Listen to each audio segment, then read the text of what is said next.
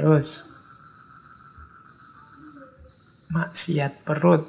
Kalau ini tidak sulit dijelaskan. Maksiat perut itu jangan sampai masuk ke perutmu barang haram. Makanan yang haram, baik haram karena memang zatnya haram, seperti misalnya makan daging babi, atau haram karena prosesnya. Makanannya halal tapi prosesnya haram. Beras hasil mencuri, atau makanan hasil merampok, hasil riba, dan lain sebagainya. Itu kan prosesnya yang haram. Jagalah perut kita dari itu. Hal-hal yang haram. Terus kemaluan, faraj. Kalau faraj ini ya menjaga kemaluan kita, kalau dalam definisinya Syekh Abdul Somad, atau hal-hal yang membuat kemaluan kita tidak terkontrol. Ini beberapa yang maksiat di atas tadi termasuk punya kontribusi untuk maksiatnya faraj. Misalnya melihat perempuan yang bukan muhrim. Ini sebenarnya urusannya mata, tapi mata yang berhubungan dengan faraj. Tidak cuma melihat, bisa juga yang kedua itu, membayangkan perempuan yang bukan mahram. Kadang-kadang kan kita sih lihat tidak cuma bayang-bayang ke, gambar-gambar ke. Oh, kira-kira dia itu, seandainya dia itu gambar ke, ini juga maksiat. Nah, yang maksiat sebenarnya pikirannya, batinnya, tapi ya arahnya nanti bisa ke maksiat faraj, maksiatnya kemaluan. Kemudian juga makan hal-hal yang haram atau syubhat. Ini dalam pertimbangannya Syekh Abdul Somad, perut yang terlalu banyak isinya haram atau syubhat itu mendukung faraj yang tidak terkendali. Meningkatkan nafsu syahwat yang tidak terkendali. Maka hati-hati dengan memasukkan yang haram dan yang syubhat ke dalam perut kita. Kemudian yang terakhir, perut yang makan terlalu kenyang. Kekenyangan menurut Syekh Abdul Somad juga bisa meningkatkan nafsu. Ya, kalau nafsunya meningkat kan terus susah terkontrol, karena orang nafsu itu ya bisa menggelapkan matanya. Kadang yang haram juga diterjang karena wis kadung nafsu. Nah, itu faraj. Makanya dalam Islam itu zina itu dilarang sejak sebelum. Kalimatnya kan wala taqrabu. Jangan dekat-dekat. Kalau begitu, kalau tidak dekat, kalau zinanya langsung boleh Pak Lu. Maksudnya jangan dekat-dekat itu. Dekat aja, jangan apalagi zinanya. Nah itu, maka jagalah farajmu dari maksiat-maksiatnya. Yang ini berhubungan ternyata dengan menjaga anggota tubuh yang lain dari maksiat-maksiat. Terus dari Hidayatus Salikin juga masih ada maksiat tangan, maksiat kaki. Ya tangan dan kaki, ya, kalau tangan jangan memukul orang, jangan berkelahi, jangan mencari nafkah yang haram, yang dilarang syariat dan lain sebagainya. Kalau kaki ya jangan berjalan pada yang diharamkan oleh syarak. Ada lagi ini dari Syekh Abdul Somad, kaki jangan dipakai berjalan kepada orang zalim. Jadi kalau ada orang zalim, jangan ke sana. Kakimu jangan kamu arahkan ke sana. Ada dua bahaya. Kalau engkau lemah, maka engkau akan dizolimi oleh dia, wong dia orang zalim. Kalau engkau kuat, mungkin engkau akan kerjasama dalam melakukan kezaliman. Maka hindarilah orang yang zalim. Jangan berjalan pada orang yang zalim. Kecuali mungkin teman-teman punya kuasa, punya kekuatan untuk menaklukkan orang yang zalim. Tapi selama belum punya kuasa, belum punya kekuatan, jangan dekat-dekat dengan orang yang zalim. Hanya akan merusak kita. Nah, anggota tubuh tadi semua dalam Hidayatus Salikin namanya maksiat lahir. masih ada maksiat batin. Maksiat batin itu maksiat-maksiat yang ada dalam batin, tidak lagi berhubungan dengan anggota tubuh. Ada 10 seperti maksiat lahir tadi, antara lain apa? Yang pertama, syarahut to'am. Syarahut to'am itu banyak makan, atau mungkin definisi pasnya gemar makan. Makan itu wasilah, media kita untuk menjalani kehidupan dengan baik, maka jangan dijadikan goyah, tujuan. Jadi kalau ada orang ngomong makan untuk hidup untuk makan atau makan untuk hidup, yang pas kalau di sini makan itu untuk hidup. Kalau sudah hidup ada tujuan lain yang lebih esensial. Kalau orang hanya hidup untuk makan, itu yang disebut sarohut to'am. Jadi gemar makan, itu termasuk kelompok maksiat batin. Yang kedua, sarohul kalam, banyak ngomong. Barang siapa banyak ngomongnya, pasti banyak salahnya. Gemar ngomong, kemungkinan besar salahnya lebih banyak. Makanya saya khawatir ini ngomong ngaji ini kan, saya ngomong panjang lebar, setiap minggu sekali 2 jam. Teman-teman mendengarkan, pasti saya yakin dari sekian banyak saya ngomong itu beberapa terselip salah-salah, beberapa terselip keliru-keliru, baik disengaja maupun tidak disengaja. Mohon maklumnya saja, atau kalau memang mungkin tolong diingatkan. Wong kita sama-sama manusia.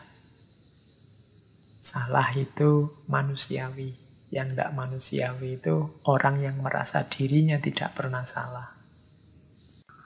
Atau orang yang merasa dirinya lah yang benar dan selalu orang lain yang salah. Itu yang tidak manusiawi.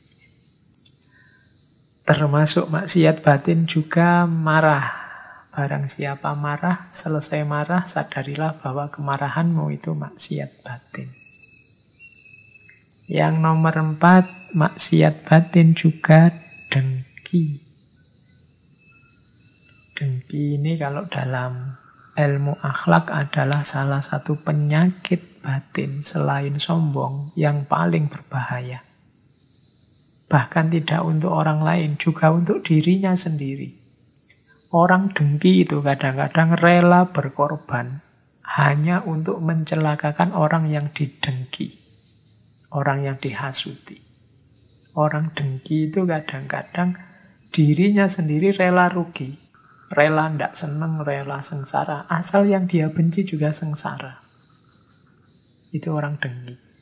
Kadang-kadang kita heran kok ada orang nyebar-nyebar berita hoax semasif itu. Padahal itu bohong loh.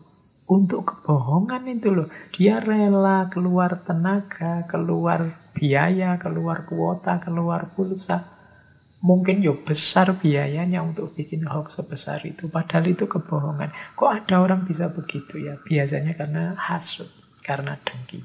Ingin menjatuhkan orang yang dia dengki.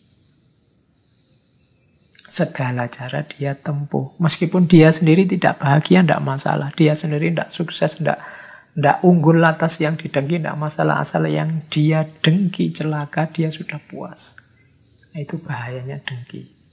Makanya di surat Al-Falaq itu Al-Quran mengajari kita untuk berlindung dari orang-orang yang dengki atau hasut. Wa min syarri hasidin idza hasad. Karena orang hasut ketika hasad, ketika dengkinya sedang jalan, itu bahaya sekali bagi orang lain, bahkan bagi dirinya sendiri. Maksiat batin yang keempat. Yang kelima, al-bukhlu wa hubbul mal. Bakhil dan cinta harta. Yang keenam, hubbul jah, cinta kemegahan. Yang ketujuh, hubbud dunya, cinta dunia. Ini saya gabung 5, 6, 7. Cinta harta, cinta kemegahan, cinta dunia. Tiga-tiganya maksiat batin. Kita butuh harta tapi jangan cinta harta. Kita boleh populer, boleh hidup kita sangat manfaat untuk orang lain, tapi jangan cinta popularitas, jangan cinta puja-puji, jangan cinta pengagungan oleh siapapun. Orang cinta itu kan biasanya terus itu saja yang dicari. Orang cinta harta, ya harta saja yang dicari. Yang dipikirannya ya harta saja. Orang cinta kemegahan juga begitu. Yang dicari kemegahan saja, yang dicari popularitas saja. Tiap hari ngitung-ngitung followerku berapa, yang nge-like berapa, subscribernya berapa. Itu cinta kemegahan. Cinta dunia. Dunia penting, dia kendaraan kita, tapi cinta dunia berarti dunia seakan jadi tujuan. Yang ada di pikirannya hanya dunia saja. Ini juga maksiat batin.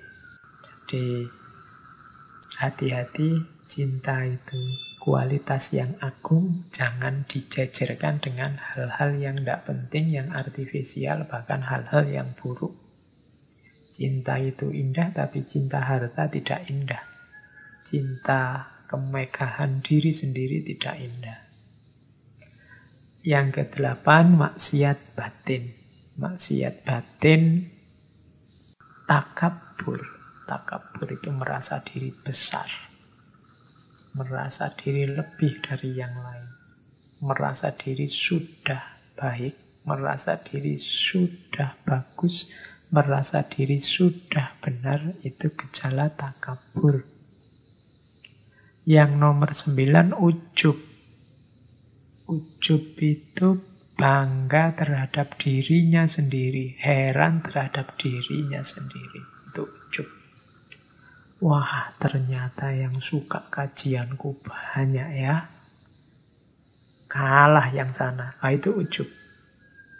Wah, ternyata followerku banyak. Nggak nyangka ya, kalau aku ini banyak yang mengidolakan. Itu ujub namanya. Heran, bangga terhadap dirinya sendiri. Termasuk maksiat batin. Nggak nyangka ya, aku yang jelek gini loh. Banyak cewek-cewek yang mengidolakan. Nah, itu jenisnya ujub juga. Heran dengan dirinya sendiri. Bangga dengan dirinya sendiri. Seolah-olah prestasi itu hasilnya dia sendiri. Tanpa andil siapapun. Tanpa andilnya Allah. Yang ke-10, riya. Riya itu kalau di bahasa Indonesia kan mungkin dekat dengan istilah pamer. Orang riya itu orang yang menuntut orang lain untuk mengakuinya. Untuk mengakui bahwa dia orang penting, bahwa dia orang besar, bahwa dia orang terkenal. Biar orang mengakui, terus dia menunjukkan, memamerkan. Nah, ini jenisnya riya. Jadi semangat awalnya ingin diakui segala kelebihannya, segala kebesarannya, segala kesuksesannya, kemudian terus dia tunjukkan, dia pamerkan, sampai orang mengakui. Yang semacam ini namanya riya. Jadi ada 10 maksiat batin. Ini kalau yang mau introspeksi ke dalam, yang bisa masuk ke sini, ini biasanya level-level mutawasid, lebih mudah. Kalau yang maksiat lahir batin, maksiat lahir tadi, yang level-level mubtadi harus lebih perhatian. Yang batin ini yang perhatikan yang mutawasid, jangan gemar makan, gemar bicara, mudah marah, dengki, cinta harta, cinta kemegahan, cinta dunia, takabur, ujub, dan riya. 10 maksiat batin yang utama yang harus kita perhatikan. Lawannya maksiat batin, ketaatan batin.